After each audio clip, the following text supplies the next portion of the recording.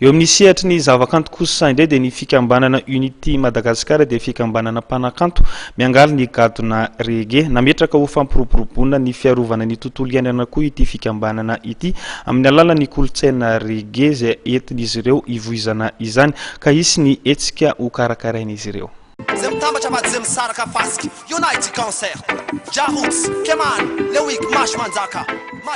Manan-karena tokoa Madagasikara raha zavaboary ny resahana isan'ny filozofia entin'ny fikambanana Unity Madagascar ny fiarovana ny tontolo iainana ka amin'ny alalan'ny hira sy ny kolotsaina reggae no ivoizan'izany. Mitanjona ny anentanana ny tsirairay handray amin'ny andraikiny ho fanatanterahana izay sy ny fiarovana ny tontolo iainana izay. Protection de l'environnement no butanay voalohany dia véhiculer ny musique reggae noho izany miara-miasa amina artiste reggae be da be zay dia ao anatin'izay musique reggae zay be da be mety tsy mahalala muzika io fa mamozika azy dia misy artiste maro miara-miasa ao anatiny io mba hame an'izay mozika zay fa ny olona vao miresaka reggae dia somary ahilikiliky ny olona ka zay nahatonga nisy an'io association io hoe hiaraka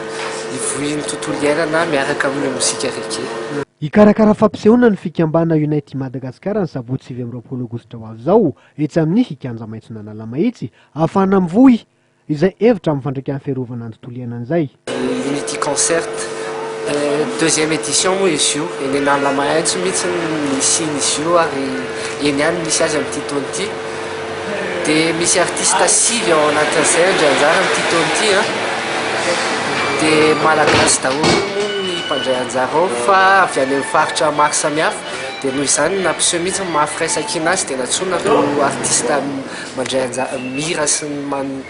tena mivohy an'ity kolotsaina ity zany izay hoe professionnel amin'izao fotoana izao. Misy ny seho santatra maimaimpona ho fanomezana fafaporo mpankafy ny gadona reggae sy ny kolotsaina voizina ao anatin'izany iarahana amin'ity fikambanana Unity Madagascar ity rapitso etsy amin'ny le peuple etsy an-tranona renina. De madu chala nya wampu falalana satra si mama si maju dia futira ai ato fasara kayanku fakatis manon so falalana tu sana kraya izay indray ary ny masaka azona tolotra ao antsika ripijery ajaina tamin'ity takariva ity mame fotoananao indray ny sampana fampilalaam-baovao ny fahitalavitra matv amin'ny rahampitso indray veloma tompoko.